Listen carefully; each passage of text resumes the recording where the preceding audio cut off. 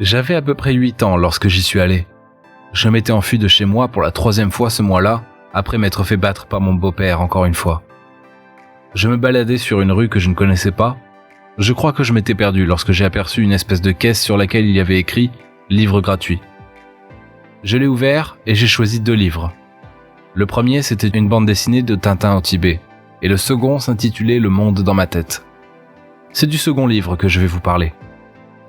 Le livre racontait l'histoire d'un jeune orphelin qui avait trouvé un médaillon capable de le transporter dans un monde merveilleux. Un monde où il pouvait échapper à son quotidien et vivre des aventures avec des créatures mystérieuses. J'ai tout de suite adoré cette histoire. Elle n'était pas longue, je crois qu'il manquait certaines pages. J'étais en train de la lire pour la 2e fois sous un réverbère lorsque les policiers m'ont trouvé. Ils m'ont ramené chez moi et ce jour-là, j'ai passé la pire soirée de ma vie. Mon beau-père m'a battu comme jamais il ne l'avait fait auparavant. Je me suis évanoui et lorsque j'ai ouvert les yeux, j'étais dans un endroit que je ne connaissais pas. Il y avait une grande maison avec ma mère et ma sœur. Tout était différent, c'était tellement beau. Il y avait des licornes, des arcs-en-ciel, des cours d'eau, des papillons, c'était magnifique. J'avais l'impression de planer. Il y avait de la nourriture sur une énorme table et j'avais une grande chambre pour moi avec des jouets et des livres partout. Tout à coup, le sol s'est mis à trembler et le décor autour de moi a commencé à disparaître. J'entendais une voix qui me disait « Il faut que tu t'accroches, Damien. N'abandonne pas. Tu es un garçon courageux, alors tiens bon. » Je ne comprenais pas ce qui se passait. Tout disparaissait et réapparaissait. J'étais perdu. Je me suis mis à paniquer. J'ai entendu cette fois-ci quelqu'un dire « Il faut l'intuber et essayer de libérer ses poumons, sinon il risque d'y rester. Il a sûrement des côtes cassées et un poumon perforé. » Une autre voix a ensuite dit « Qui fait ça à un enfant ?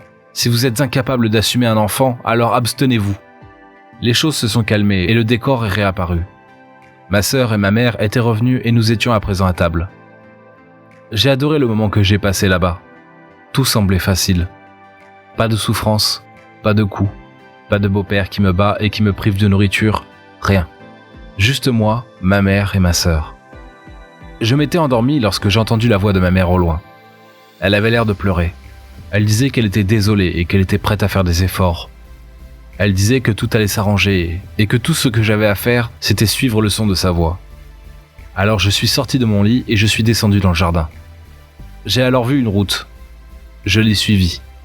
Il y avait une porte au bout et j'entendais la voix de ma mère de l'autre côté. J'ai franchi la porte et je me suis retrouvé allongé sur un lit d'hôpital. J'avais des fils un peu partout sur le corps et des médecins sont entrés dans ma chambre la seconde d'après. Ils avaient l'air à la fois surpris et contents. S'en est suivi une montagne de tests et d'examens pendant plusieurs semaines. Des rééducations, des séances chez le psy et j'en passe. Ma mère ne vit plus avec mon beau-père et lorsque je suis sorti de l'hôpital, nous sommes allés vivre chez ma grand-mère. La vie est meilleure là-bas. Je n'ai jamais parlé à qui que ce soit de ce qui s'était passé pendant que j'étais dans le coma. C'était comme mon petit secret, mais ce qui me trouble le plus, c'est qu'au moment où je me suis réveillé dans cette chambre d'hôpital, bien que j'ai passé qu'une seule journée dans le monde dans ma tête, j'avais 12 ans.